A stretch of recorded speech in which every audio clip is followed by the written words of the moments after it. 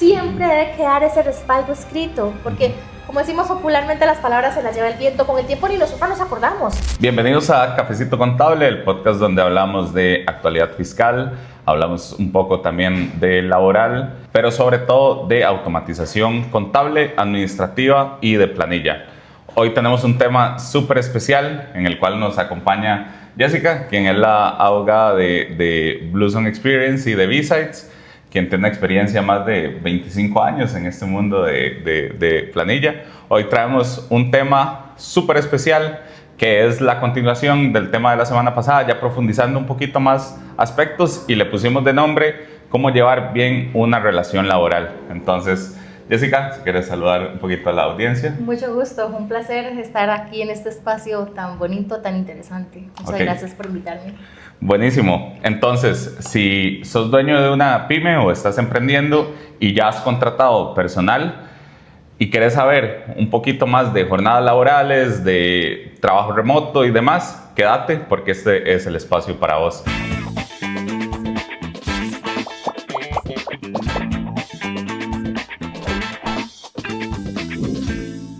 Quería empezar un poquito con el tema de los contratos laborales. Entonces, desde tu perspectiva y experiencia, ¿cuáles crees son vos como los aspectos más importantes que se tienen que poner en un contrato laboral y qué errores has visto? Así como que algunas pymes, los negocios pequeños, que es la mayoría de nuestra audiencia, ponen en los contratos y hacen falta o ponen de más, o no sé, porque yo sé que en esto de contratos laborales es como, la parte laboral es, si uno pone de más, puede llevarse una peladilla. Entonces, o si pone algo que era como importante, me faltó, puede ser mal. La semana pasada hablamos de que también como el comprobante de salario era como un compromiso muy serio, porque si yo pongo, por ejemplo, no sé, un adicional, lo pongo como parte del salario, ya se puede ver que era como adquirido, ¿sí? Correcto. Entonces,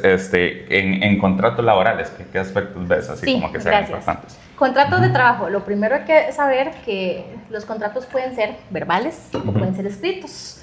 Existen espacios en que el patrono tiene esa posibilidad o esos recursos, esos medios tecnológicos para poder generar un contrato, imprimirlo, pero también están esas pequeñas empresas o empresas rurales o que no tienen esos medios tecnológicos. La norma, la ley establece que los contratos en buena teoría deben ser escritos, pero admite el contrato verbal, lo que llamamos también el contrato y el contrato realidad. Eso es muy importante tenerlo en cuenta. Una cosa es que yo tenga el contrato de palabra o que lo tenga por escrito. Entonces, tiene un efecto práctico muy importante, que es a la hora de mostrar en un eventual juicio o ante una situación legal, yo poder demostrar qué fue lo que yo convení con esa persona, qué pacté yo, qué acordé yo con esa persona trabajadora. Entonces, como el patrono, históricamente o por ley se considera que la parte fuerte de la relación laboral es el que tiene esa carga de la prueba. Son temas que están todos muy de la mano, muy vinculados y muy importante manejarlos bien. La carga de la prueba significa que yo, patrono, tengo, en la mayoría de los casos, solo hay algunas excepciones, tengo que demostrar mi dicho. Versus el trabajador, lo que el trabajador diga se presume cierto hasta que yo, patrono, demuestre lo contrario. Entonces ahí caemos de vuelta al famoso contrato de trabajo. Si yo, las condiciones esenciales de ese contrato de trabajo, el trabajador dice que son de una forma y yo digo que son de otras, si el contrato de trabajo no existe que me respalde a mí, por ley, se cree lo que dice el trabajador. Ahora, a pesar de eso, existe el contrato de realidad. El contrato escrito inclusive puede decir una cosa, pero en la práctica sucedió otra. Entonces, el contrato de realidad, a pesar de que haya un documento escrito, va a prevalecer lo que un juez determine a futuro que fue lo que verdaderamente sucedió ahí, inclusive en contra de ese papel escrito. Entonces, bueno, nada más para aclarar aquí. Un contrato, digamos, escrito, yo puedo tener que tal persona, digamos, hacia ABC, pero en realidad hacía también B, C y D. Entonces, lo que prevalece es lo que estaba haciendo en la práctica.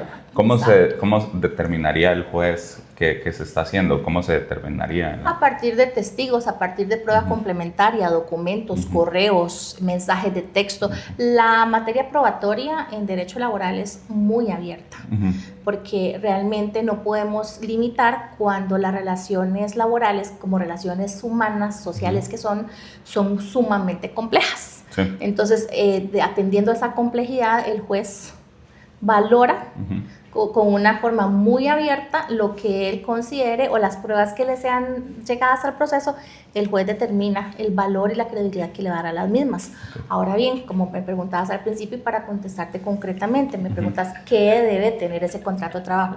Hecha esa aclaración entre que existe contrato escrito, contrato verbal y que cualquiera de esos dos no necesariamente va a coincidir con la realidad, el contrato escrito se establece que debe extendérsele un tanto al trabajador, un tanto para el patrono y tiene que tener todas las calidades personales, nombre, apellido, número de cédula, nacionalidad, dirección exacta, o sea, todas las calidades de esa persona trabajadora. Tiene que decirse el lugar donde se va a ejecutar el contrato, que ahorita vamos a verlo de la mano con lo que es el teletrabajo. Sí. Tiene que decirse la jornada, que también podemos ahora ahondar en ese tema, si es diurna, si es nocturna, si es mixta. Tiene que decir todas las condiciones esenciales, el salario que va a devengar, la forma que se va a pagar, la manera, si es quincenal, si es mensual, si es diario, si es semanal, el método de pago, si va a ser en efectivo, si va a ser por transferencia, idealmente el número de cuenta. Entonces, el contrato, si lo vamos a hacer, que lo hagamos bien. Y yo sé que esto es como muy común, por ejemplo, a veces uno dice, bueno, tal número de cuenta, que eso puede ir cambiando durante el tiempo, digamos, que la persona cambie o que le pague efectivo, ya le pago a transferencia.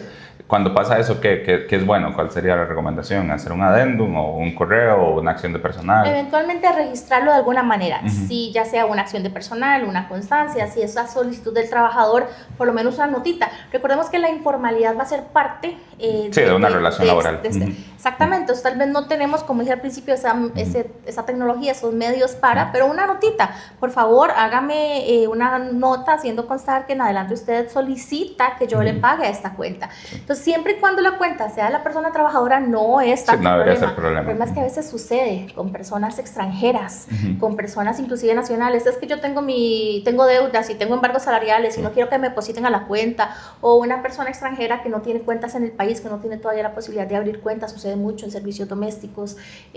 Deposíteme al nombre de la tía, deposite el nombre del hijo. Entonces, sí, la recomendación es que estas situaciones que son atípicas se documenten. ¿Y se puede hacer? Yo le puedo pagar a un tercero, digamos, que no tiene como relación con no es conmigo. El ideal, por supuesto, pero sí lo voy a hacer que quede respaldado. Porque partimos del hecho de la buena fe, pero la buena fe no necesariamente siempre se respeta. Y eventualmente podríamos tener el caso de una persona que diga que nunca le pagaron el salario. Sí, exacto. Entonces, eso es como... Deposité el aguinaldo por allá a un nombre de un tercero, no tuve la diligencia de guardar los respaldos del pago, o aunque los tenga, si yo no tengo cómo vincular que esa persona trabajadora me solicitó que le pagara el aguinaldo a esa cuenta, entonces de la mala fe. Simplemente dice no me pagaron y verdaderamente aparenta que no pagué. Claro, no, porque sí, en la parte contable, digamos, también nos pasa que a veces tiene una sociedad, por alguna razón, digamos, aún no han abierto cuentas, entonces dice, págame al representante. Pero bueno, en materia legal, digamos, una persona jurídica y el representante o accionista son dos personas distintas. Correcto. Entonces, nos dice eso.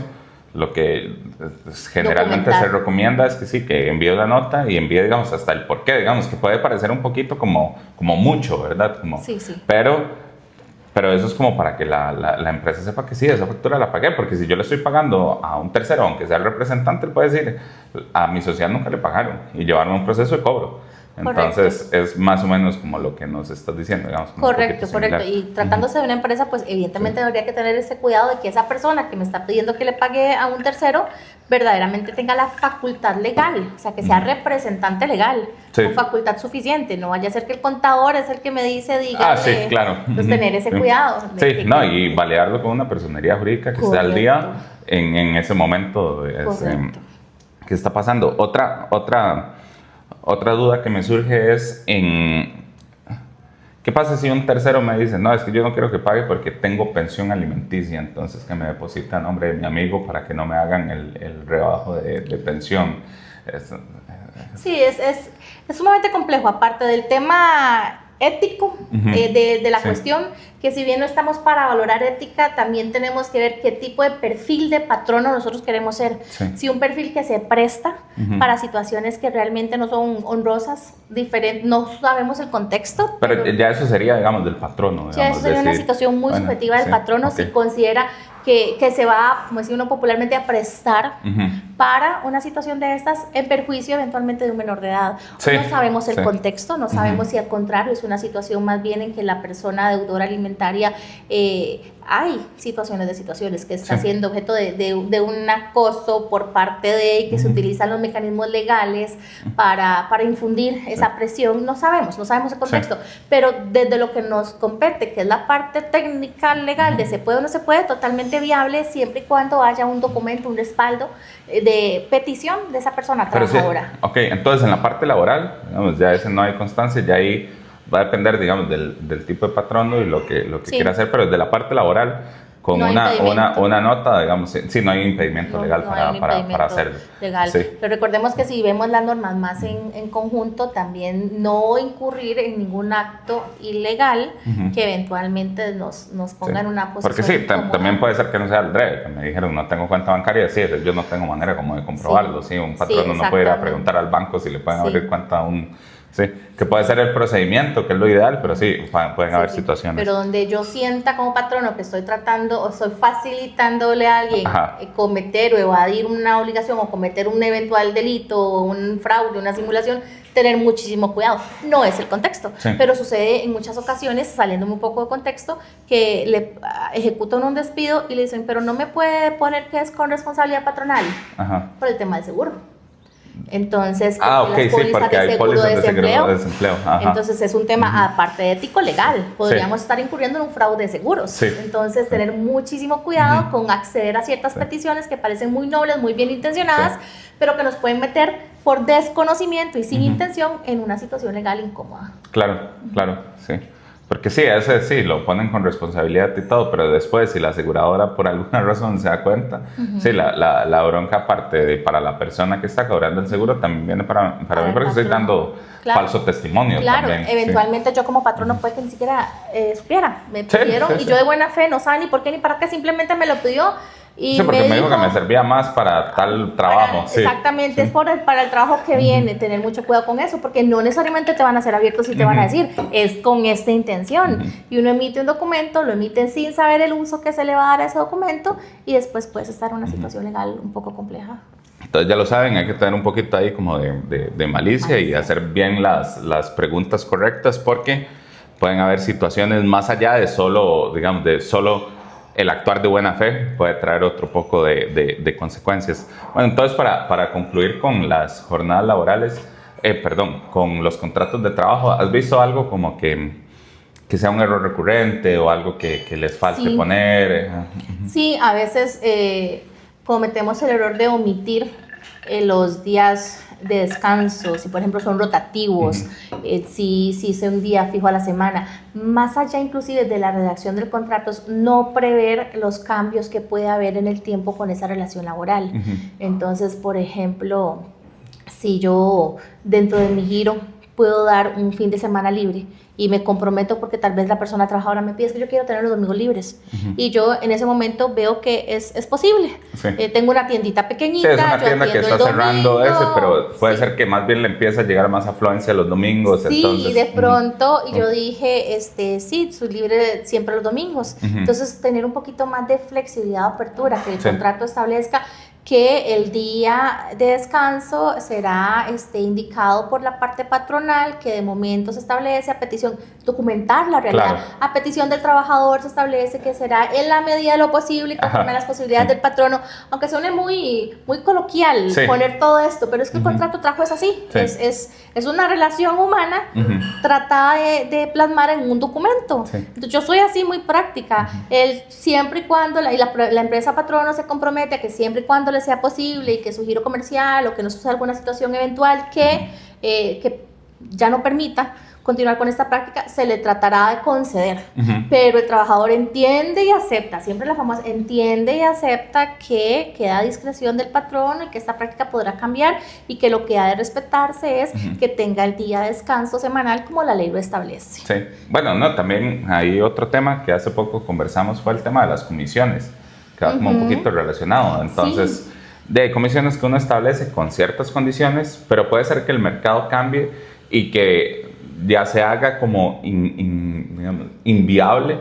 Correcto. Pagar esta comisión por realidad financiera y demás. Entonces vos me sugeriste algunas cosas que creo que lo podemos compartir con la audiencia. Claro que sí, el tema de las comisiones es sumamente complejo y uno nunca piensa que el patrono también es novato, el patrono también empieza de cero, no es experimentado, y entonces se le achaca una responsabilidad como si fuese una empresa con transnacional, con asesoría siempre y todo lo demás.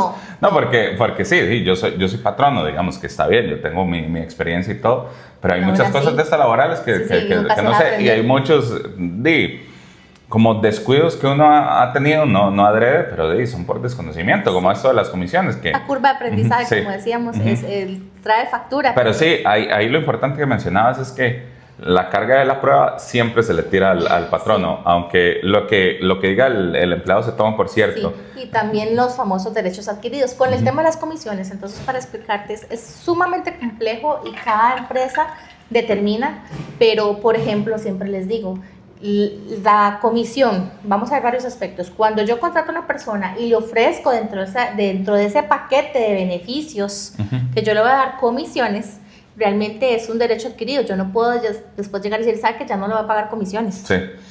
Salvo que lo pactemos. Ajá. O sea, el salario, respetando siempre que su ingreso vaya a ser acorde al mínimo de ley. Mayor que el mínimo, sí. Exactamente, siempre y cuando esas comisiones y ese salario en conjunto no lleguen a ese mínimo. No, tengo un salario que cubre ese mínimo de ley y aparte voy a incentivar con comisiones tener los siguientes cuidados. Ya eso es más de financiero, contable, de administración. Si yo tengo una persona, y así te lo comentaba, si tengo una persona que solo el hecho de estar ahí son 500,000 colones, un salario mínimo de ley de salario. Aparte de ese salario, yo tengo que prever, al final del año tengo que pagar un aguinaldo. Sí. Tengo que prever el pago de las vacaciones, quién me va a sustituir a esa persona, si es indispensable que sea sustituida o si del todo no llega y no pasa nada y nadie la sustituye. Tengo que prever el auxilio de cesantía, que no necesariamente me va a tocar algún día pagarlo, pero siempre es importante hacer esa previsión de cesantía.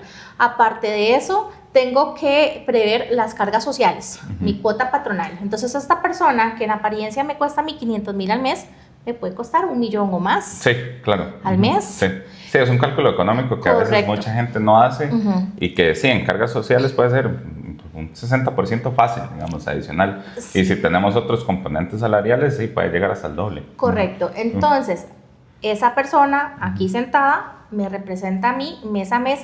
Hablemos del caso típico de ventas. Sí. Venda o no venda un solo colón, me cuesta a mí esa persona sentada, el salario base más todo esto, 1,000,000 de colones.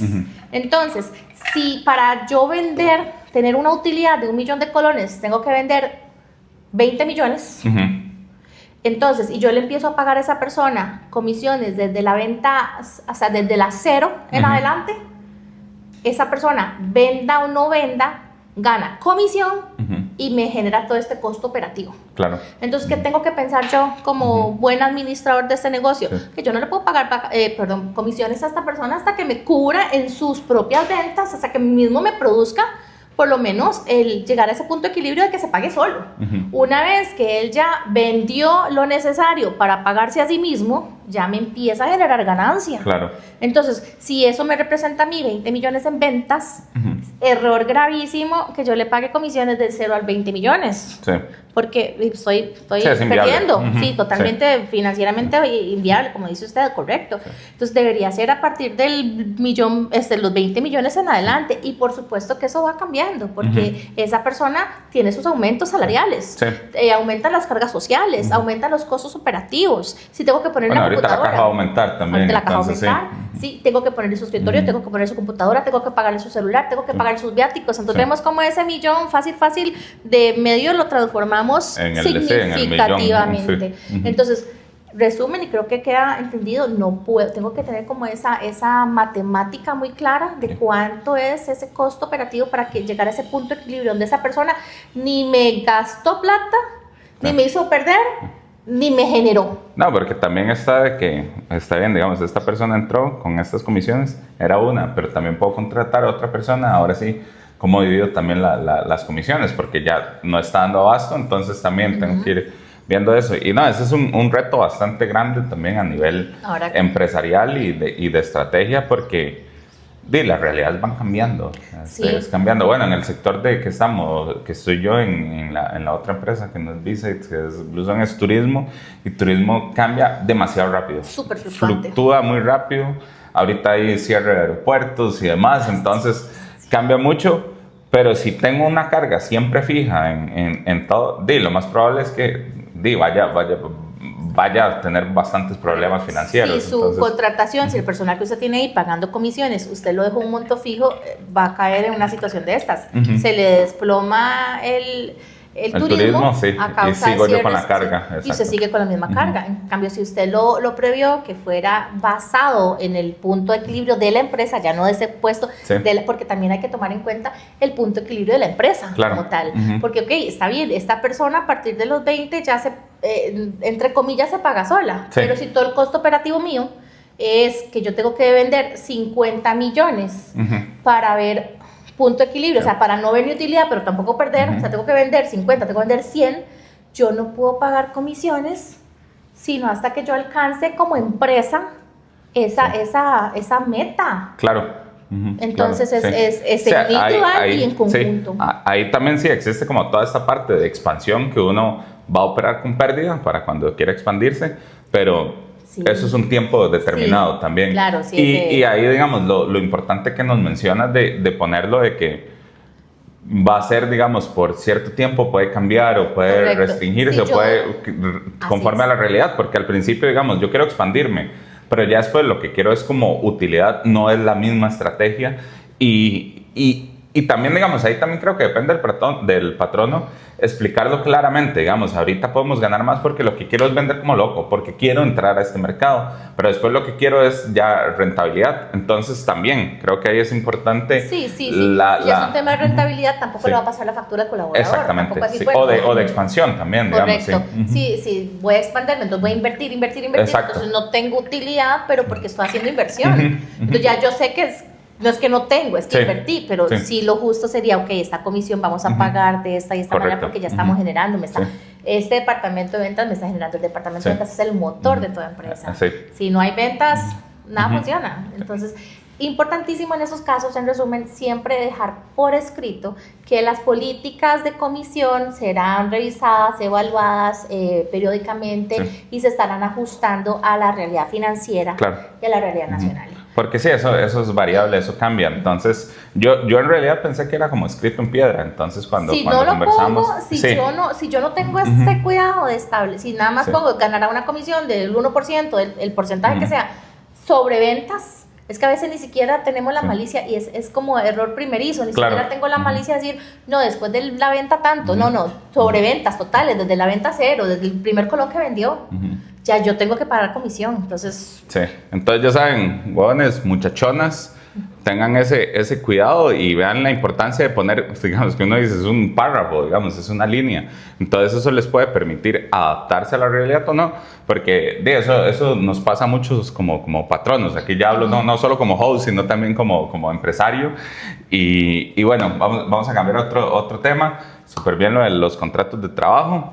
Jornadas laborales, que he visto también que existe mucha duda, ¿cuáles son como las que existen y cómo funciona cada una de las jornadas? Sí, legalmente estamos hablando que existen la jornada diurna, la nocturna y la mixta, pero también vamos a introducir de una vez dos conceptos que son la jornada fraccionada y la jornada acumulativa. Se les llama jornadas, aunque técnicamente el código reconoce como las jornadas, la diurna, la nocturna y la mixta. Y ahorita vamos a ver qué es eso otro que comenté. O sea, a veces uno se enreda, digamos. Es se como enredado. Esta diurna, nocturna y mixta vamos a entenderla como el horario de trabajo. O sea, básicamente es eso. ¿De qué hora a qué hora trabajo? Entonces, el código de trabajo establecido que la diurna es de las 5 de la mañana a las 7, y no es que va a trabajar todas esas horas, ¿no? En ese rango de horas, la jornada diurna es un máximo de 8 horas. Vamos a hablar de las normas generales, también hay excepciones, que ya es para entrar más en detalle, pero eso es ya cada caso en particular, que la jornada ordinaria se puede extender hasta 10 horas. Sí, como la gente que trabaja en manufactura y demás. La mixta se puede extender, la nocturna técnicamente no debería extenderse, pero también ahí está el famoso guarda-dormilón. Sí, entonces tenemos ese tema y es un capítulo completamente. Estamos conectados aparte. Aquí, entonces muy bien. Entonces, la diurna, ya dijimos, yo siempre lo trato de ver que es como un círculo, ¿verdad? Una media luna de las 5 de la mañana a las 7 de la noche y otra media luna de las 7 de la noche a las 5 de la mañana.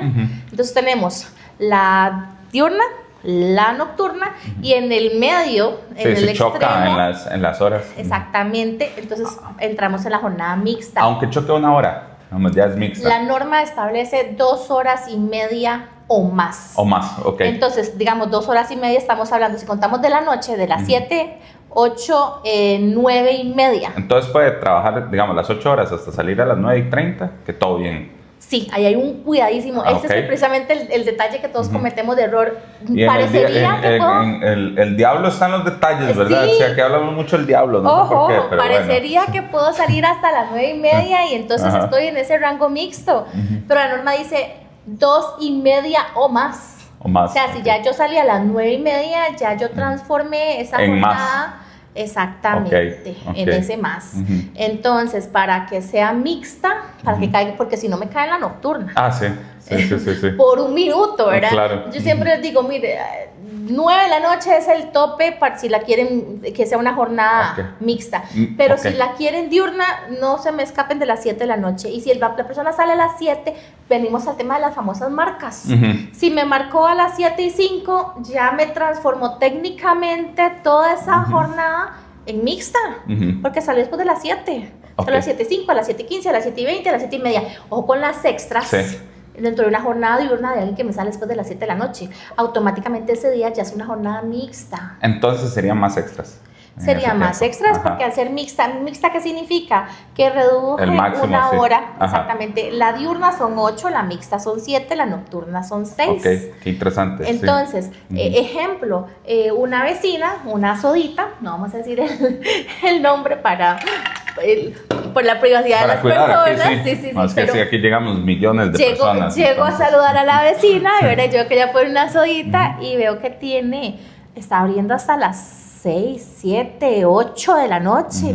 Y yo me quedo con ese tema, ¿verdad? Preocupada. Y un día le digo, fulanita, yo veo que estás trabajando, perdón, estábamos hablando y algo me dijo, entonces yo aproveché para meterle la cuñita. Veo que estás trabajando con tu colaboradora en cocina hasta muy tarde.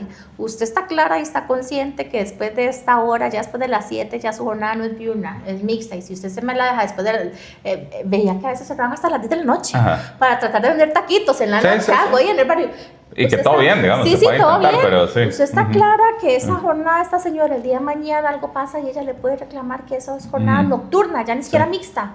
¿Cómo? Yo sí, esto y esto y esto. Entonces, tenga mucho cuidado. Recomendación, ve a ver si en ese rango horario de las 7 a las 10, ¿cuánto usted vende? Si usted me dice que lo que vende da para que usted... Sí, es un par de salchipapas, puede ser que no le dé, No le da ni para la una hora de las que tiene que pagar. Entonces, recuérdese que entonces son horas extras, es jornada nocturna, ya todo el día lo transformamos en nocturno, vea lo delicado. Si esta persona me empezó a las 7 de la mañana, a las 8 de la mañana y son las 10 de la noche, sigue trabajando, y de las 7, 8, 9, 10, 11, 12, 1 a la 1 de la tarde, ya cumplió 6 horas. Ya no contamos ni 7 ni 8, ya no es ni 3 de la tarde, porque ya automáticamente esa persona, por la hora en que está saliendo, ya no es ni mixta ni diurna, es totalmente nocturna esa jornada. Entonces, a los mesecitos empezó a cerrar a las 5 de la tarde. Obviamente hicieron sus cálculos. No, pero está súper bien, porque también depende de la estrategia que tenga.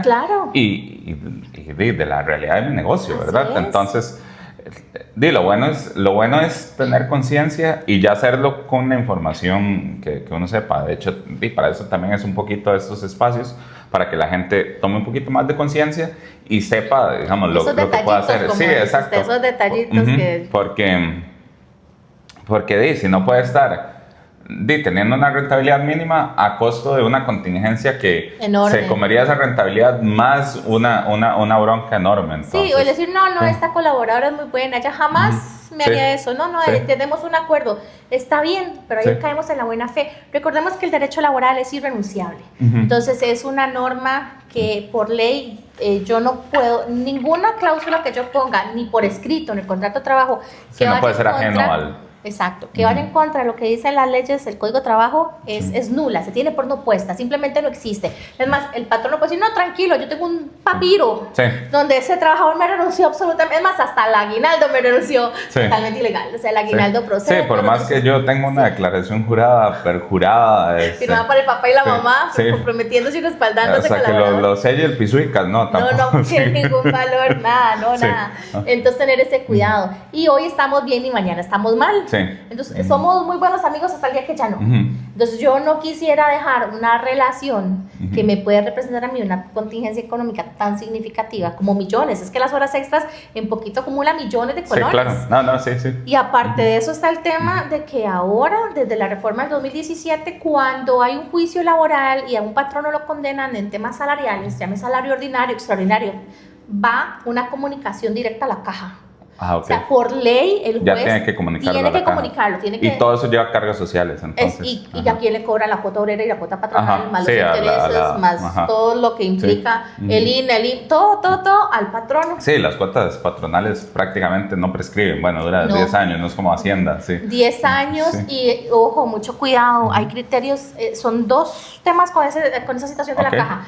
Está así, me cayó el inspector, por puro gusto, el inspector de la caja llegó a mi empresa, entonces hay jurisprudencia que dice, si el inspector llegó porque sí, entonces hablamos en materia de patrono, o sea, de planilla patronal. Eso suspende la prescripción. Sí, aparte que la suspende, hay una prescripción de 10 años. O sea, de ahí para atrás me puede cobrar 10 años. El trabajador independiente, ha habido una batalla campal, gracias a Dios ya salió, y eso le interesa mucho a las pymes que nos obligan al patrono, o está en planilla o está como trabajador independiente. Nos obligan sí o sí a estar inscritos. Entonces, nos obligaban a pagar y también trataban la prescripción hasta 10 años. Ya hubo un reglamento, finalmente, ya fue aprobado, donde dice, no, son 4 años... ¿Para independientes para trabajador independiente. Para planilla, empresa, patrono, son 10 años. Pero, ojo el detalle tan grave. La jurisprudencia dice, a la segunda, que si es el trabajador el que llega a reclamar, porque me faltaron 10 cuotas para pensionarme, 15, 20 años después, yo vengo a reclamar que yo trabajé en tal lugar, hace 30 años le trabajé a X.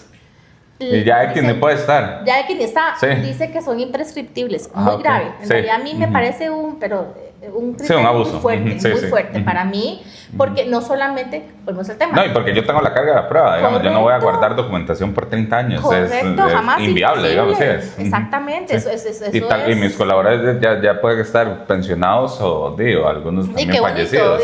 Ocupo 5 cuotas, voy a echárselas a X. Sumamente grave, pero en este momento ese es el criterio que se maneja. Así es como está el criterio. En resumen, si el inspector cayó porque quiso, 10. Si fue el trabajador el que gestionó la investigación, porque X patrono no me cubrió, no me aseguró desde el principio, y hace muchos años era muy dado.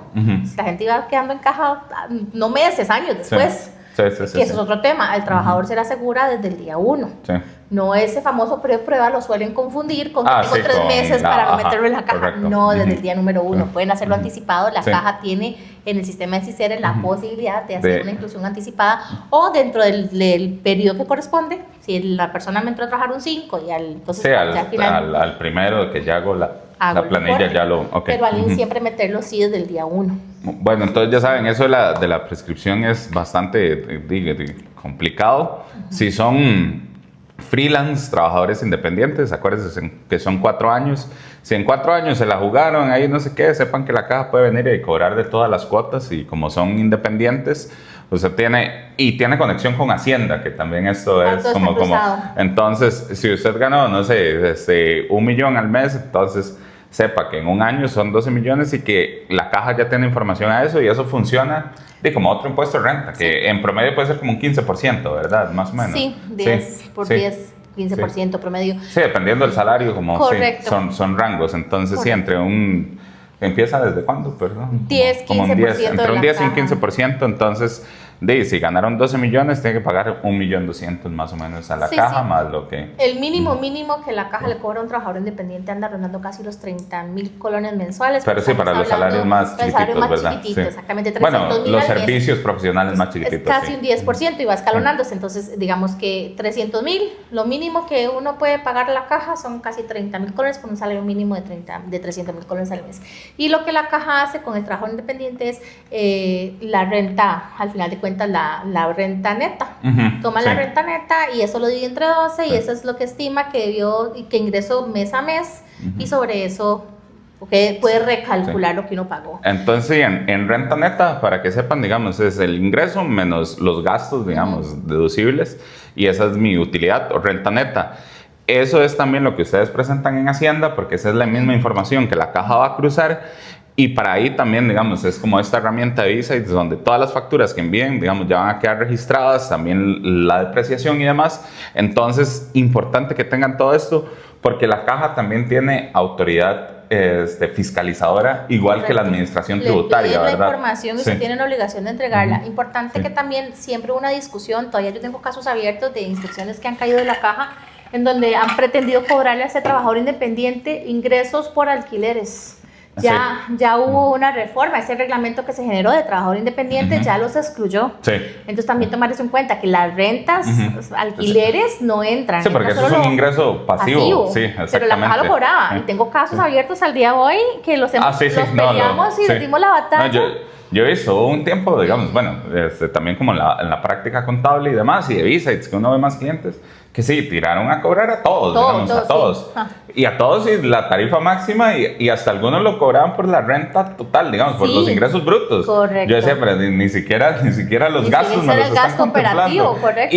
Y ni siquiera, digamos, una parte importante que yo vi es que tampoco contemplaban el gasto de las cuotas salariales que me estaban cobrando, porque ese también es un gasto válido. Sí, entonces, sí, es así. Que está bien, no lo pagué, pero digamos, sí, no implica que ese gasto no existió, y eso es el principio también contable de devengo, que si algo sucedió en realidad, o lo tuve que haber pagado, aunque no lo pague, sí es un gasto válido, porque esa es la normativa fiscal vigente en Costa Rica, que son como las normas internacionales de información financiera también. Entonces, bueno, para continuar aquí, otro tema que teníamos ahí es acerca de las causas más comunes para que exista un despido justificado, porque muchas veces mucha gente, muchos patrones por desconocimiento, no, páguele todo con responsabilidad, y ahí crea un precedente también que a nivel de cultura empresarial también es complicado, porque la gente dice, bueno, aquí puedo hacer lo que sea, porque aquí me van a pagar todo. Entonces, hasta provocan un despido. Exactamente.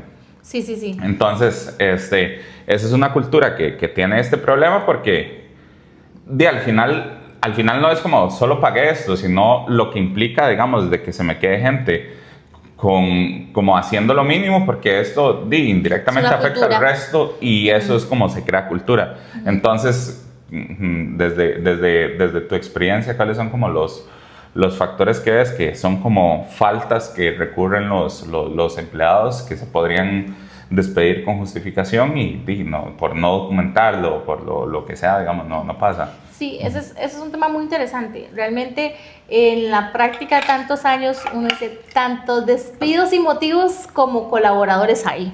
Cada relación laboral es su propio mundo. Sí.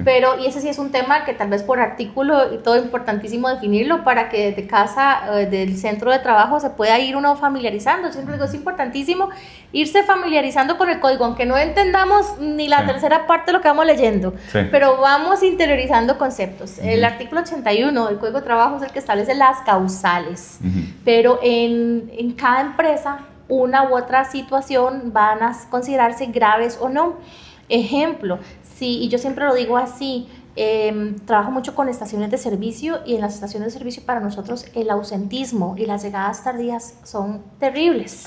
Y yo siempre pongo el ejemplo de las ferreterías que uno iba antes, que esté ese mostrador y había 5 vendedores. No es lo mismo 10 vendedores, que me faltó uno y tengo 9 ahí atendiendo a la gente conforme va entrando, que tengo una estación de servicio en donde tengo una máquina dispensadora de combustible y esa máquina dispensadora solo la puede manejar una persona a la vez. Si usted, yo estoy esperando que usted llegue para yo salir de mi turno de trabajo, y si usted no llega, me toca a mí doblar turno. Entonces, ojo la gravedad, ya empezamos con que la empresa tiene que pagarle a alguien jornada extraordinaria.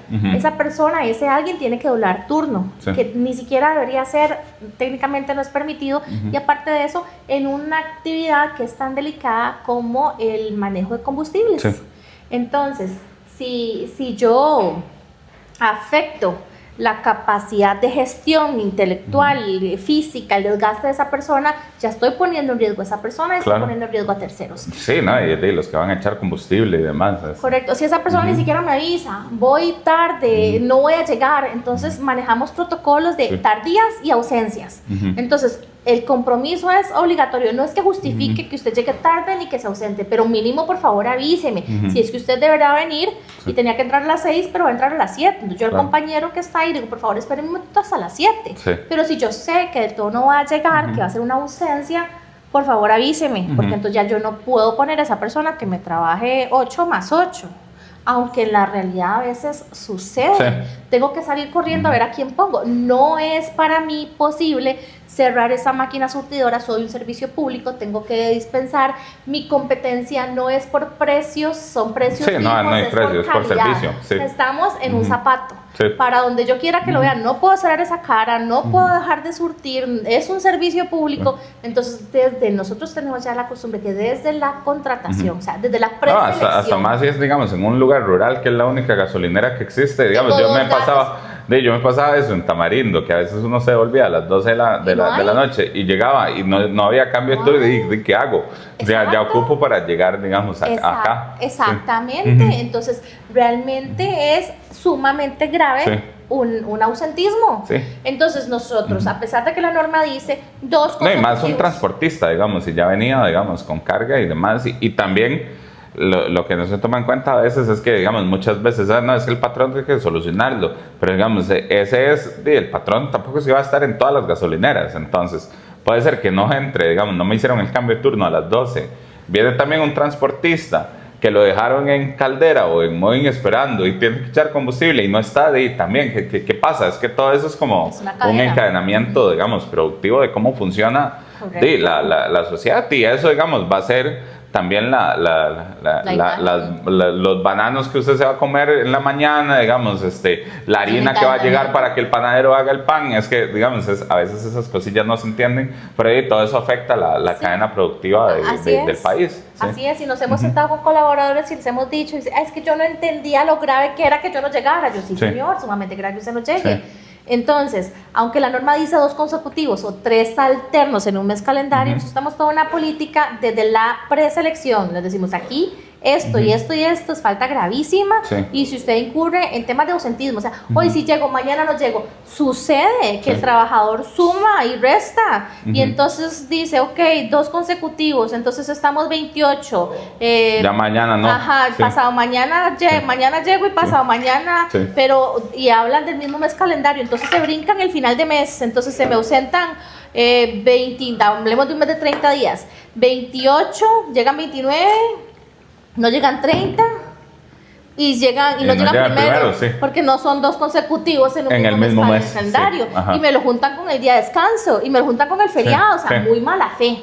Y volvemos al principio de la buena fe, que debe existir en ambos sentidos. Al trabajador a veces se le olvida que es él también el que debe dar ese principio de buena fe, tanto como el patrono. Las relaciones sociales y las relaciones laborales y humanas en general funcionan a partir de la ética y de la buena fe. Y cuando esas fallan, está la legalidad también. Entonces, nosotros despedimos, aunque no me haya faltado nunca 2 consecutivos o 3 alternos, porque se le hace la acción de personal, se le previene. Y hablando de temas del despido, esto es muy importante, más allá de las causales, es que yo las pueda mostrar. Entonces, hemos despedido, aunque no cumpla técnicamente con la norma, y hemos ido a juicio y lo hemos ganado porque está acreditado que al trabajador se le dijo, se le explicó, se le previno, y el trabajador incurrió en eso que yo antes de contratarlo le dije que para mí como esto de que nos decís que es una falta gravísima, aunque no esté, digamos, porque la norma porque para el tipo de negocio es y es una realidad.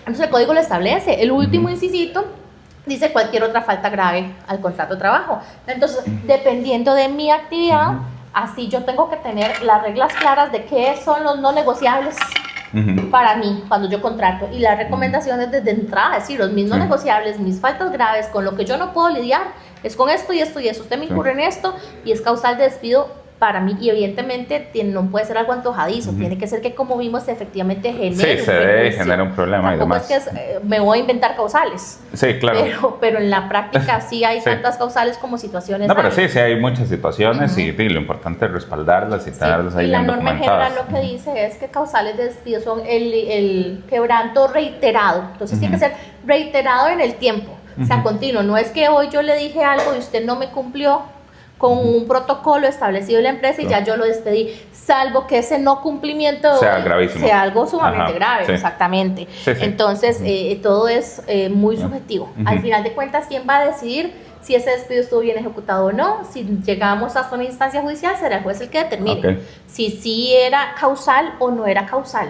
Y dependiendo si era causal o no, hay un tratamiento diferente. No es lo mismo que yo despida a alguien con algo que yo creía que era una causa justa y el juez final, pero el hecho sí sucedió, a que yo despida a alguien con una causa que al final no logre ni demostrar que sucedió. O sea, una causal falsa. Entonces, si yo digo que lo voy a despedir porque usted le pegó a un compañero y yo no logro demostrar que usted le haya pegado a un compañero, entonces yo como patrono, ojo lo delicado, puedo tener hasta la posibilidad de verme sometida a una indemnización. Claro, sí. Y con la introducción del tema de la reinstalación, que está para temas discriminatorios, puedo hasta pedir reinstalación dependiendo del caso, dependiendo si es un despido que se basa en que el trabajador alegue que es un despido discriminatorio. Entonces ya no solamente la indemnización, sino el derecho a reinstalación.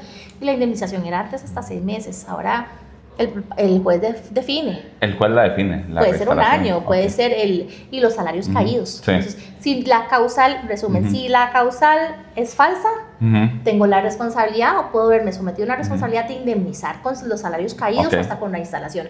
Si la causal es real y logro demostrar en juicio que es real, pero para criterio de juez no era de la magnitud tal que ameritaba un despido, no hay esa tal indemnización, pero obviamente sí el preaviso y la cesantía, lo normal. Pero si la causal el juez la considera falsa o inexistente, o no salarios caídos más el tiempo de que el juez determine que tiene que quedarse en la empresa. Exactamente, salarios caídos o reinstalación, la que se considere, pero eso cuando estamos hablando temas asociados a despidos discriminatorios. Bueno, entonces ya saben, es un poco lo serio y lo delicado. Para seguir con otro tema que está como muy actual, el trabajo remoto, el trabajo híbrido, así como teletrabajo, ¿qué aspectos hay, hay para considerar? Así como... Curioso, existe una ley, de hecho, ahora comentábamos acá, hay una ley de teletrabajo. Todos creemos que está asociada con la famosa pandemia, pero esta fue como un poquito previsora. Resultó que es de mesecitos antes de la pandemia. Sí, exactamente. Esta norma es del 2019. Es una ley como tal, no es un reglamento. Está el reglamento, está la ley. Entonces es una ley de teletrabajo y lo que hace es muy básica. Ley para regular el teletrabajo se llama propiamente la norma y lo que hace es que define qué es el teletrabajo, quién es el teletrabajador, quién es el patrono. La modalidad híbrida realmente no la regula. La norma. No la regula. Muy curioso, cuando yo leí la norma por primera vez me llama la atención y ojo lo delicado, hace un contraste entre lo que es la persona que teletrabaja, porque estamos en una relación ya actual, dejo la norma, estamos en una relación aquí esta la vamos a dejar el enlace en los comentarios para que la puedan consultar y profundizar un poquito más del tema. La norma establece una diferencia muy marcada entre si ya usted y yo tenemos una relación laboral y de pronto decidimos trasladarnos al teletrabajo. Si yo soy patrono, tengo la posibilidad futura de revertir esa situación y decir, no, sabe que esto no funcionó. O simplemente, no porque usted esté mal, no porque usted haya trabajado mal, simplemente porque no me funcionó. No me adapté, no me gusta, no hay que justificar. Simplemente dar un plazo de unos 10 días, avisarle al trabajador, no, vamos a volver a nuestra modalidad de siempre, muchas gracias, muy bonito, lo intentamos, pero no. ¿Y qué pasa si es el trabajador que dice? ¿El trabajador tiene potestad? La norma lo que dice es el patrono. El patrono, Más bien con respecto al teletrabajo, del trabajador dice que no tiene la potestad de decir, no, ¿sabe qué? Yo en adelante, dígame dónde llego, porque yo me enseño más. Más bien al contrario, dice que no tiene esa facultad. Okay. Pero distingue entre el contrato que era en un lugar, en un centro de trabajo normal, y de pronto la modificamos a teletrabajo, es donde hay posibilidad de revertir. Y dice todo lo contrario, que si yo arranco con teletrabajo, no tengo como patrono la posibilidad de decir, no, sabe que en adelante llegues a trabajar aquí, porque ya no quiero que sea teletrabajo, ahora lo quiero físico. Entonces, y volvemos al tema de los contratos. Entonces, importantísimo, si vamos a hacer un contrato de teletrabajo, prever. Y no solamente es ponerlo en el papel, es de verdad hablarlo. Hay algo muy importante, a veces la gente piensa, me ha sucedido, póngalo en el contrato y no le diga nada. Yo, no, señor, es que el contrato, el trabajador lo está leyendo y está afirmando que está aceptando esas condiciones. Importante que las sepa, que las comprenda y que de verdad las entienda. Porque ¿de qué le sirve a usted que lo firme y después se genera un conflicto? Entonces, en la práctica voy a tener un problema. Si voy a tener problema, mejor de una vez. Yo siempre digo, cuando hay que abrir la cajita de Pandora, abrirla cuanto antes.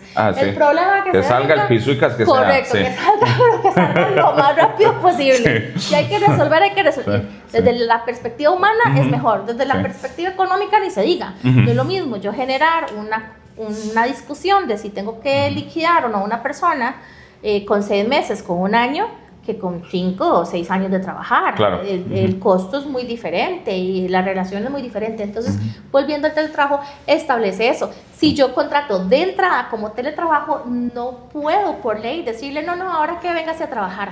Sí establece las excepciones. Por ejemplo, si hay una situación de que las condiciones dejaron de ser aptas por alguna situación, caso fortuito, fuerza mayor, algo extraordinario sucedió.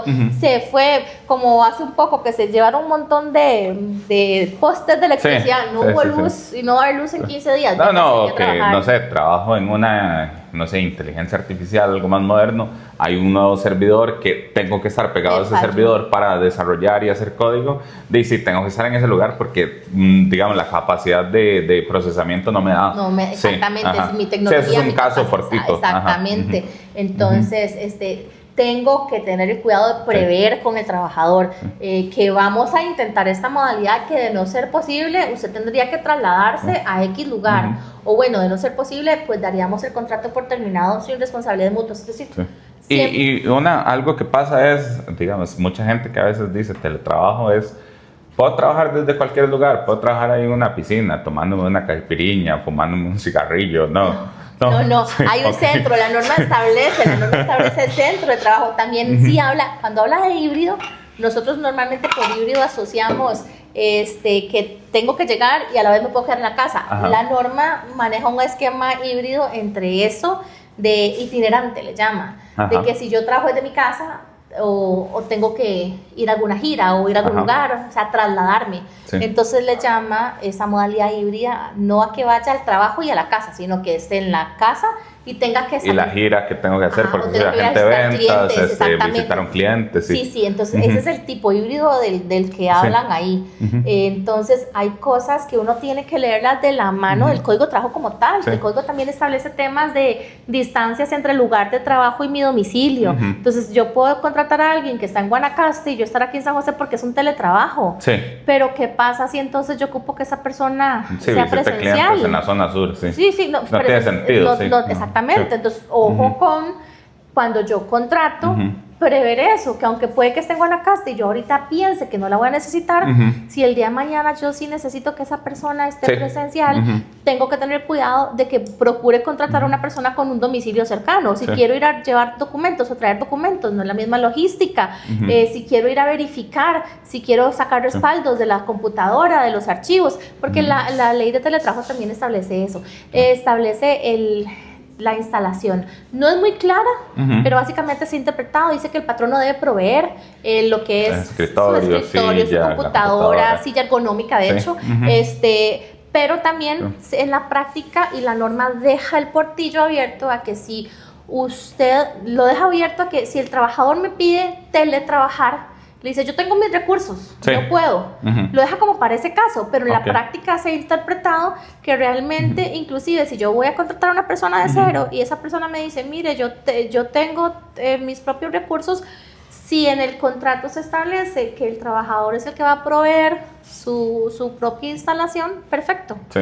Todo ¿Y es... debería tener alguna compensación por eso? ¿Qué No se recomendar? establece No es ninguna necesario. compensación si habla de lo que habla es de la electricidad. Ok. No habla ni siquiera del teléfono, del internet, de nada. Solo electricidad. Sí, entonces uno va a ver la modalidad que trabaja. A veces uno, yo creo que tal vez medio se embarca de si lo va a pagar todo el recibo. Sí. Y uno no sabe si todo el recibo tiene telefonía Sí, fija, sí. tiene otros Tiene gastos. un generador ahí también. Sí, Está, hay 4 más está teletrabajando. minando bitcoins, está minando bitcoins. Y los 4 le pagaron la luz, ¿verdad? Entonces, algo proporcional, Sí. o montos fijos, y que Sí. esos montos vayan escalonando. Siempre la regla va a ser tratar todo de buena fe y de la forma más documentarlo. justa. Ajá. Y, sí, claro, Sí. documentar. Pero siempre, si mis decisiones como patrono yo las tomo desde la buena fe, de la justicia, desde la legalidad, pues esa relación va a ser más sana. Sí. Y va a generar ese efecto rebote, o eso es lo que esperamos, que el trabajador también actúe bajo esos mismos principios. No Sí. siempre pasa. Sí. En ambos sentidos. No, pero en ¿verdad? la cultura sí es algo que pasa. Y nada más para contar un poquito de experiencia y para ir concluyendo. En B-Sites todos trabajamos teleremoto, tenemos gente que visita clientes y todo lo demás, pero sí, todo lo trabajamos desde la buena fe. De hecho, trabajamos desde antes del 2019, estamos desde el 2017 y todos siempre han trabajado remotamente. Y la verdad no hemos tenido como ningún problema con ninguno, porque siempre tratamos de eso, de esa buena fe, de ser transparentes, de hablar, de explicar, de entender y de ser la mayor parte, digamos, como justo, como ahorita Correcto. mencionas, y escuchar a la contraparte, porque sí, tenemos gente que trabaja en Pérez Celedón, en Guanacaste, en Liberia, no sé, tenemos gente de todo lado. Y sí, la mayoría sí logra adaptarse porque hemos como establecido esa cultura y de lo que tratamos es eso, de que, no sé, la luz le dimos un subsidio, no sé, de 15,000 colones, subió la luz porque la cooperativa y él nos dice, se entiende, Me digamos, gusta, sí. y porque si hubiéramos tenido oficina ahí hubiera pasado, entonces es tratar de entender de que si yo también tuviera ese gasto ahí, también me pasaría, Sí, sí, sí. entonces, Sí, es ese hilo fino entre lo justo, no abusarse ni uno ni el otro. ni el otro, sí, Sí, porque y- sí, eso pasa en las dos partes. Entonces, di nada, Jessica, no sé si tenés algo para concluir. Esas eran las preguntas que teníamos muy para bien. hoy. Hay un Sí. temita que sí es importantísimo Ok. cuando hablamos de los contratos de trabajo y todo esto, Sí. la documentación. Ok. Entonces la documentación va a ser también desde si un trabajador me comete una falta, si algo acordamos, lo que sea, para bueno o para mal, siempre debe quedar ese respaldo escrito, porque como decimos popularmente, las palabras se las lleva el viento. Con el tiempo ni nosotros nos acordamos. Ah, sí. ¿Qué se va a acordar uno que hace 5 años yo le di permiso a esta persona para que fuera a hacer tal cosa y de pronto sale y dice, ese comprobante de pago sale como, le di un permiso sin goce salarial y sale como que no le pagué una semana? Y yo, mira, sí, el comprobante de pago sale que yo no le pagué hace... Pasa, nos reclaman cosas. Claro, no, hombre, ¿cuántas veces uno no ha dicho te quiero y después se le olvida, Sí, verdad? eso se lo olvida. Entonces, Entonces, sí. importantísimo, siempre documentarlo. Sí. No hay excusa, una hojita en blanco, a mano, solicito permiso sin goce para tal situación, o se cometió una falta, está bien, lo hablamos, pero mira, y siempre sin ese temor, desde esa transparencia, mira, fulanito, cometiste esta falta, ya lo hablamos, pero es mi deber documentarlo.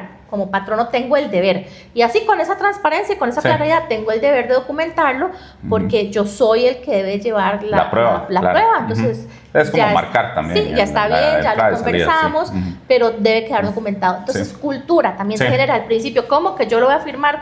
Entonces, con el tiempo ya se ve normal. Siempre se ve normal respaldar.